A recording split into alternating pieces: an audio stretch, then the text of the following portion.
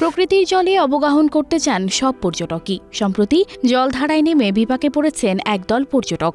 ঝর্ণায় নেমেছেন আর তাদের খুলে রাখা কাপড়চোপড় নিয়ে গেছে পুলিশ।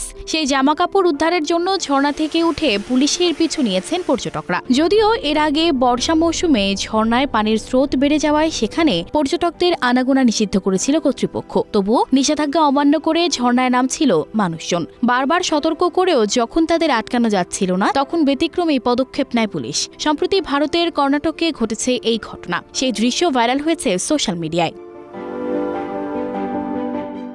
ভারতীয় সংবাদ মাধ্যম হিন্দুস্তান টাইমস জানিয়েছে, কর্তৃপক্ষের নিষেধাজ্ঞা অমান্য করে মুদিগেরে এলাকার চারমাদি ঝর্ণায় প্রবেশ করেন কিছু পর্যটক। তখন শায়েস্তা করতে পুলিশ তাদের পোশাক নিয়ে চলে যায়। ভিডিওতে দেখা যায় পোশাক খুলে ঝর্ণায় নামেন একদল পুরুষ।